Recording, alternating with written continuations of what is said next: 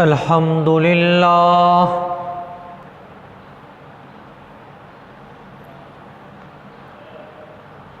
الحمد للہ وکفی والصلاة والسلام علی من لا نبی بعد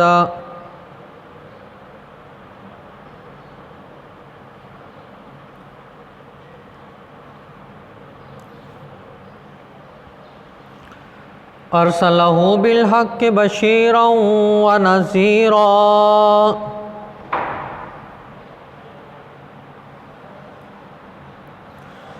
وداعیا الی اللہ بإذنہ وسراجا منیرا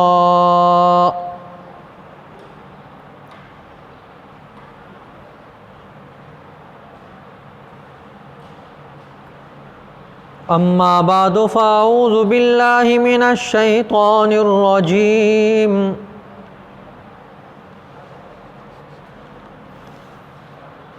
بسم اللہ الرحمن الرحیم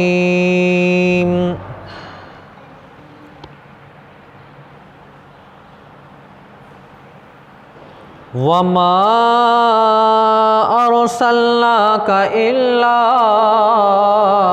رحمۃ للعالمین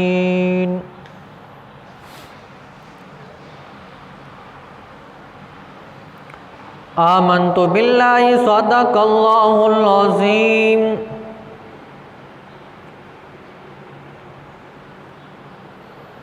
وبلغنا رسولہ النبی الکریم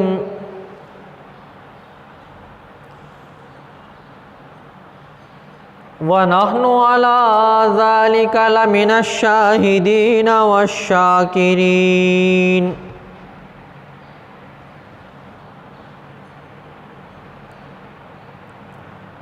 والحمد للہ رب العالمین۔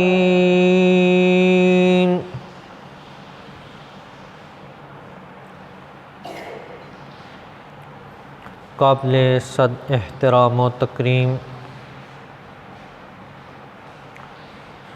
میرے واجب الاحترام دوستوں، بزرگوں،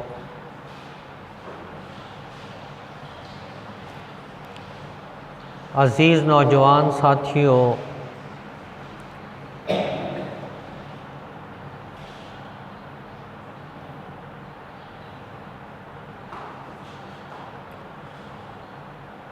اللہ رب العزت نے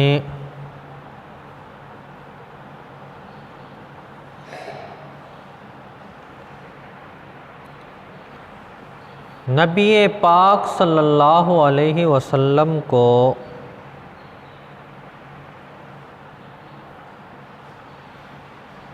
کائنات کے لیے رحمت بنایا۔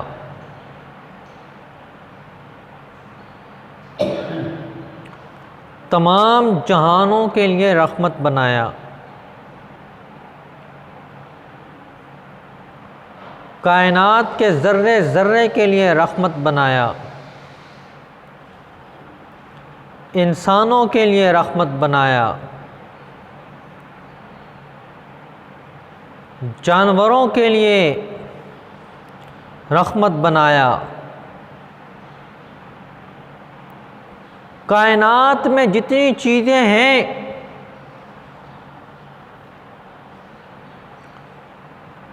سب کو نبی علیہ الصلاۃ والسلام سے فائدہ پہنچا۔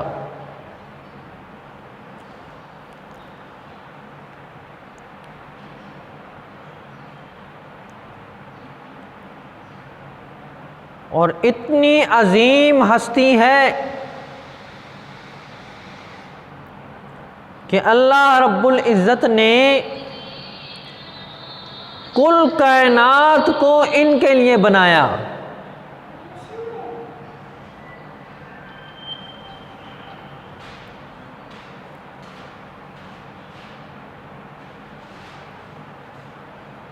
تمام پیغمبر دنیا میں تشریف لائے، ہر نبی نے بشارت دی،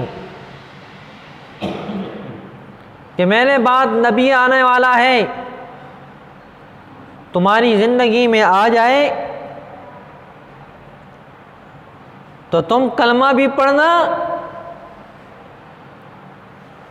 اور اس کی مدد بھی کرنا۔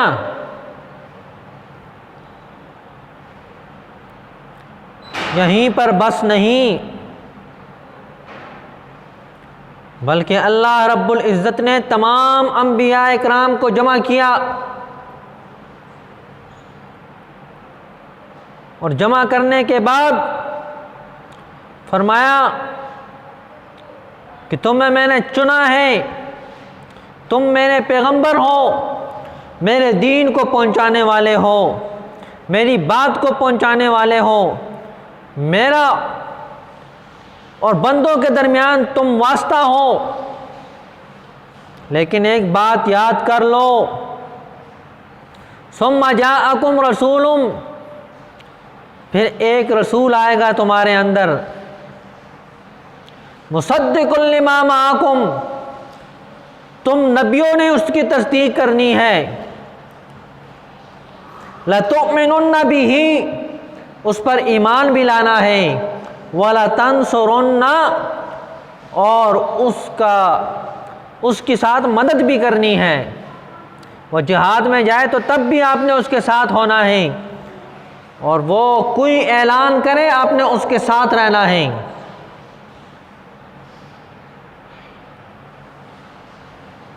یہ نبیوں سے اقرار لیا جا رہا ہے، تو تمام نبیوں نے کہا اقررنا، ہم اس بات کا اقرار کرتے ہیں کہ نبی پاک صلی اللہ علیہ وسلم ہماری زندگی میں آ گئے تو ہم اپنا کلمہ چھوڑ دیں گے، اپنا دین چھوڑ دیں گے، اپنا مذہب چھوڑ دیں گے، اپنا طریقہ کار چھوڑ دیں گے، اور نبی پاک صلی اللہ علیہ وسلم کی نبوت کے جھنڈے کے نیچے آ جائیں گے۔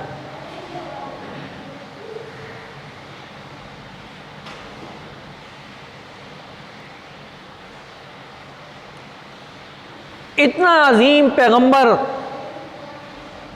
اللہ رب العزت نے ہمیں عطا فرمایا ہے۔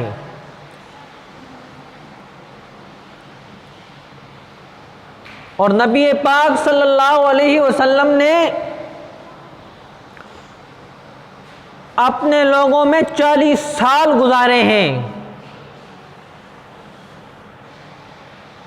2 مہینے بعد بندے کو پتہ چل جاتا ہے یہ کیسا ہے، کس قسم کا بندہ ہے۔ نبی پاک صلی اللہ علیہ وسلم نے 40 سال گزارے،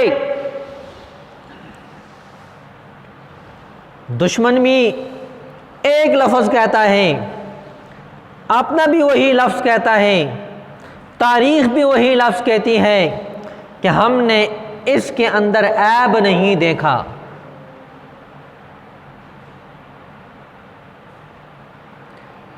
نبی پاک صلی اللہ علیہ وسلم نے کیا فرمایا تھا پہاڑ پہ کھڑے ہو کے؟ لبثت فیکم عمرا، میں نے اپنی زندگی کا ایک حصہ تمہارے اندر گزارا ہے۔ 40 سال معمولی سال ہے۔ تمام کافر یک زباں ہو کر انہوں نے اقرار کیا ہے کہ آپ سے خوش اخلاق آدمی ہم نے نہیں دیکھا، آپ جیسا شریف النفس ہم نے نہیں دیکھا۔ اس کے بعد نبی پاک صلی اللہ علیہ وسلم نے توحید کا اعلان کیا ہے کہ پہلے یہ لوگ اقرار کر لیں کہ ہم نے تمہاری زندگی میں عیب نہیں دیکھا،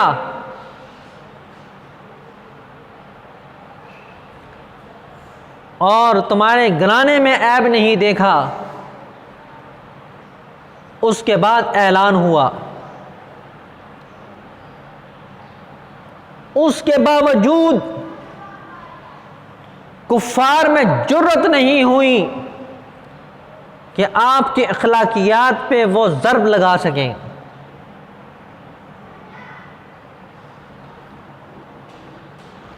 اور ایک انگریز کا پالتو کتا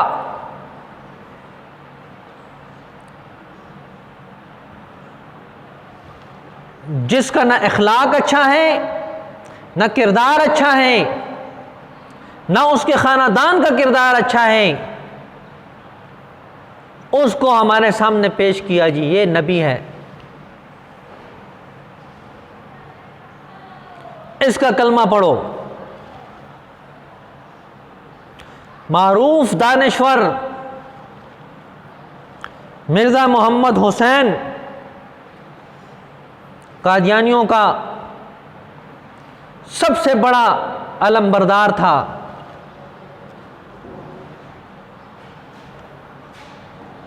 اور یہ قادیانیوں کے اتنے قریب تھا مرزا محمود کے کہ یہ ان کے گھر والوں کے لیے اس کا کوئی پردہ نہیں تھا۔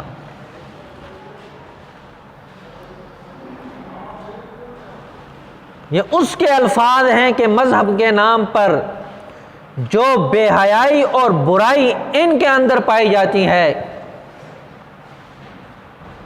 جو غلاظت ان کے اندر پائی جاتی ہے، وہ مسلمانوں کے کسی فرقے میں نہیں ہے۔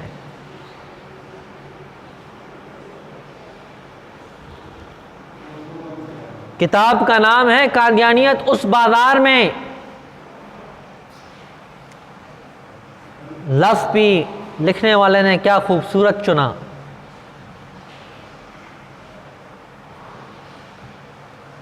تو ان کا بازار میں کیا کردار ہے؟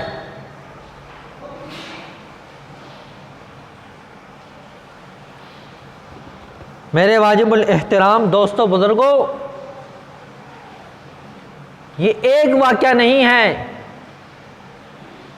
ہزاروں ایسے واقعات ہیں جنسی حرکات میں یہ لوگ پکڑے گئے ہیں۔ ابھی کوئی آپ میں یہ نہ کہہ دے جی حدیث میں آتا ہے کہ عیب چھپایا کرو، آپ تو برسر منبر بیان کر رہے ہیں۔ تو یہ مسلمانوں کے لیے ہے کہ جو اسلام میں کوئی ایسا آدمی ہو، گناہگار ہے انسان، لیکن جو اسلام کا لبادہ اوڑھ کر کافر آئے،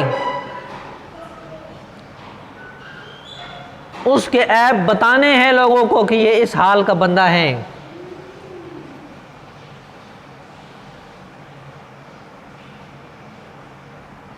اور یہ بھی نہیں، اس کی بے شمار کمزوریاں ہیں جو انسان بیان نہیں کر سکتا۔ تمام انبیاء اکرام پر وحی لانے والا فرشتہ، اس کا نام ہے جبرائیل امین، جس کو روح الامین کہا جاتا ہے، بے شمار لقب دیے ہیں۔ یہ تمام انبیاء اکرام کو وحی لاتے تھے، اور انگریز کا پودا، اس سے پوچھا گیا تمہارے پاس کون سا فرشتہ وحی لے کر آتا ہے؟ تو نام سن کے آپ بھی ہنس پڑیں گے کہ اس کا فرشتہ بھی عجیب ہے۔ کہنے لگا میرے پاس جو فرشتہ آتا ہے اس کا نام ہے ٹیچی ٹیچی، یہ فرشتے کا نام ہے۔ تو کسی نے پوچھا یہ فرشتہ کس زبان میں وحی لاتا تھا؟ کہتا تھا یہ انگلش میں لاتا تھا، انگریزی میں لاتا تھا۔ یہ حال ہے اس کا۔ اور یہ بھی نہیں کہ اس نے پہلے دن ہی نبوت کا اعلان کر دیا، ایسے نہیں تھا۔ پہلے اس نے اپنا مقام بنایا، مناظر کی حیثیت سے یہ سامنے آیا، عیسائیوں کے ساتھ مناظرے کرتا، یہودیوں کے ساتھ مناظرے کرتا۔ رفتہ رفتہ اس نے آ کر کہا میں عیسیٰ علیہ الصلوۃ والسلام کی جنس میں سے ہوں۔ مسیح موعود ہوں۔ جب یہ بات پھیلی نا تو مراشیوں کو جا کے یہ بات پہنچی، اور میں کہتا ہوں اور پٹھانوں غیرت کرو، وہ مراشی ہم سے اچھے تھے، جن کو پتہ چل گیا کہ یہ بغیرت جھوٹا ہے۔ انہوں نے کہا ہم اس سے سوالات کریں گے، اگر اس نے ہمارے سوالات کا جواب صحیح دیا تو ہم مان لیں گے یہ مسیح موعود ہے۔ ابھی نبوت کا اعلان نہیں کیا ہے، مہدی کا دعویٰ کر کے سامنے آیا ہے۔ اس کے بعد اس نے دوسرا دعویٰ کیا، وہ سارے کے سارے جناب پہنچ گئے اور جا کر وہاں ڈیرا ڈال دیا۔ کہا تم نے مہدی ہونے کا دعویٰ کیا ہے؟ نے کہا ہاں میں نے کیا ہے۔ نے کہا ہمارے کچھ سوالات ہیں، اگر آپ نے جواب دے دیا تو ہم مان جائیں گے تو مسیح موعود ہے، تو مہدی ہے، جو تو نے دعوے کیے ہیں۔ نے کہا کرو سوال۔ انہوں نے کہا تمہارا نام کیا ہے؟ اس نے بتایا غلام احمد۔ کہا پہلے سوال میں تو جھوٹا نکلا، مہدی کا نام محمد ہوگا، تو پہلے سوال میں جھوٹا نکلا۔ یہ مراسی ہیں، مراسی جن کو ہم حقیر نظروں سے دیکھتے ہیں، جن کو ہم ڈوم کہتے ہیں، کنجر کہتے ہیں، وہ کہہ رہے ہیں پہلا سوال تیرا غلط ہے، اس کا نام محمد ہوگا۔ کہا دوسرا سوال تیرے والد کا کیا نام ہے؟ جب اس نے بتایا تو کہا یہ دوسرا سوال بھی غلط ہے۔ کہا اس کے والد کا نام عبداللہ ہوگا۔ کہا تیری ماں کا کیا نام ہے؟ اس نے اپنی ماں کا نام بتایا۔ انہوں نے کہا یہ بھی غلط ہے، تیسرا سوال اس کی ماں کا نام آمنہ ہوگا۔ تین سوالات کیے ہیں مراسیوں نے، تینوں کا جواب نہ دے سکا۔ انہوں نے پھر اپنی چادر بچھا دی۔ کہا ہم نے سنا ہے کہ جو مہدی آئے گا نا وہ بڑا سخی ہوگا،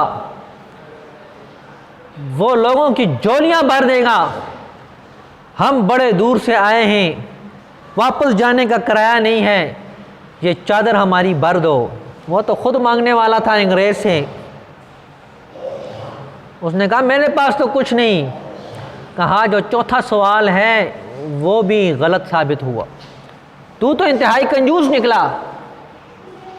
انہوں نے کہا ہم ادھر اپنا ایک مداری کرتے ہیں، اس کی اجازت ہے؟ تو یہ بھی تو مداری تھا۔ نے کہا بہت اچھی بات ہے، کر لو، اس بہانے میری شہرت ہو جائے گی۔ انہوں نے کہا شہرت نہیں، تیری ایسی ستیہ ناش ہوگا کہ یاد کرو گے۔ انہوں نے ایک کا منہ آدھی طرف سے کالا کر دیا، کیونکہ قادیانی کی ایک آنکھ خراب تھی اور ایک طرف سے وہ کالا نظر آتا تھا، اس کو جناب کالا کر دیا، اور ایک کو بالکل کالا کر کے ٹوکرے کے نیچے بٹھا دیا۔ اب ان کی سوچ دیکھو کیسے اس بدبخت کو ذلیل کر رہے ہیں۔ مداری شروع ہو گئی، کہنے لگا تم کون ہو؟ میں آدم ہوں۔ اچھا جاؤ جی۔ کرتے کرتے انبیاء کے نام لیے، آخر میں آپ صلی اللہ علیہ وسلم کا نام لیا۔ تو یہ ایک کونے میں بیٹھا تھا جس کا ایک طرف سے منہ کالا تھا، اس نے کہا میرا نام نہیں آیا۔ کہا تجھے کس نے نبی بنا دیا؟ تو یہ جو کالا بیٹھا ہوا تھا نا اس کے نیچے ٹوکری کے نیچے، اس نے سر بار کیا، کہا اس کو میں نے نبی بنایا ہے۔ کہا تم کون ہو؟ کہا میں شیطان ہوں، یہ کام شیطان ہی کر سکتا ہے۔ وہ مراسی اتنے سمجھدار تھے کہ انہیں پتہ چل گیا کہ یہ بدبخت سچا نہیں ہے، اور آج ہمارا پڑھا لکھا طبقہ جو کہتے ہیں جی سب کچھ ہم کر سکتے ہیں، انہیں علم نہیں ہو رہا کہ یہ بدبخت جھوٹا ہے، یہ سچا نہیں ہے۔ نبی علیہ الصلوۃ والسلام نے فرمایا کہ میرے بعد کوئی نبی نہیں آئے گا، انا خاتم النبیین، میرے بعد کوئی نبی نہیں آئے گا۔ نبی پاک صلی اللہ علیہ وسلم نے فرمایا کہ اللہ رب العزت نے جنت میں ایک محل بنایا اور اس کی آخری اینٹ بقایا تھی۔ جب میں دنیا میں آیا تو اس جنت کی آخری اینٹ بھی لگ گئی، اس کے بعد اس میں کسی قسم کی کوئی تعمیر نہیں ہوگی۔ جنت کا جس طرح محل مکمل ہو گیا ہے، اسی طرح اسلام مکمل ہو گیا میرے آنے کے بعد۔ اب کسی کو دوسرا نبی آنے کی ضرورت نہیں۔ اور آپ صلی اللہ علیہ وسلم نے حضرت عمر رضی اللہ تعالیٰ عنہ سے فرمایا لو کان بعدی نبیا لکان عمر، عمر تمہارے اندر ایسی صفات ہیں، اگر میرے بعد کوئی نبی ہوتا تو وہ حضرت عمر رضی اللہ تعالیٰ عنہ ہوتے، لیکن ختم نبوت کی وجہ سے دوسرا کوئی نبی نہیں آئے گا، تو حضرت عمر رضی اللہ تعالیٰ عنہ کے اندر چاہے جتنی بھی صفات ہوں وہ امتی بن کر رہیں گے۔ 40 کذاب آئیں گے، کچھ گزر گئے ہیں، کچھ آ رہے ہیں، لہذا مسلمانوں اپنے آپ کو جو ہے ہوش میں رکھو، اپنے دائیں بائیں دیکھو کہ کوئی دشمن تو نہیں آ کے گھس گیا۔ علماء کے ساتھ رابطہ مضبوط رکھو، جتنا ہم علماء کے قریب ہوں گے ہم اتنا فتنوں سے بچیں گے، جتنا ہم علماء سے دور ہوں گے اتنا ہم فتنوں میں پھنسیں گے۔ یہ نہیں ہو سکتا کہ کوئی کہے مجھے علماء کی بھی ضرورت نہیں، مجھے قراء کی بھی ضرورت نہیں، مجھے حفاظ کی بھی ضرورت نہیں، میرا دین باقی رہ جائے، یہ کبھی نہیں ہو سکتا۔ جب تک ہمارا تعلق علماء سے مضبوط ہوگا، ہمارے گھروں میں علماء پیدا ہوں گے، ہمارے گھروں میں قراء پیدا ہوں گے، ہمارے گھروں میں حفاظ پیدا ہوں گے۔ یہی تو وجہ ہے کہ دشمن اپنے پوپ اور پادری کا اتنا احترام کرتا ہے کہ اسے پوری دنیا کو دکھاتا ہے کہ بڑے سے بڑا سردار، بڑے سے بڑا وزیر اس کے سامنے جھکتا ہے، اور آج مسلمان علماء کو حقیر دیکھتا ہے۔ اپنے عیوب نہیں دیکھتا، میرے اندر کیا عیب ہیں، لیکن عالم اگر کسی طرف سے جا رہا ہے، کسی کو دیکھ لیا، سب کو بتائے گا اس نے فلاں کو دیکھا ہے، اس نے ادھر دیکھا ہے، اس نے ادھر دیکھا ہے۔ یہی تو دشمن نے ہمارے ساتھ کیا ہے، جس کی وجہ سے آج ہمیں گھر میں آ کر لوگ دعوت دے رہے ہیں کفر کی، گھر میں آ کر دعوت دے رہے ہیں کفر کی کہ تم کافر ہو جاؤ۔ لہٰذا مسلمانوں اپنے آپ کو بچاؤ۔ اللہ تعالیٰ سے دعا ہے کہ اللہ مجھے بھی اور آپ کو بھی علماء کے ساتھ مضبوطی کے ساتھ رہنے کی توفیق عطا فرمائے۔ وما علینا الا البلاغ المبین۔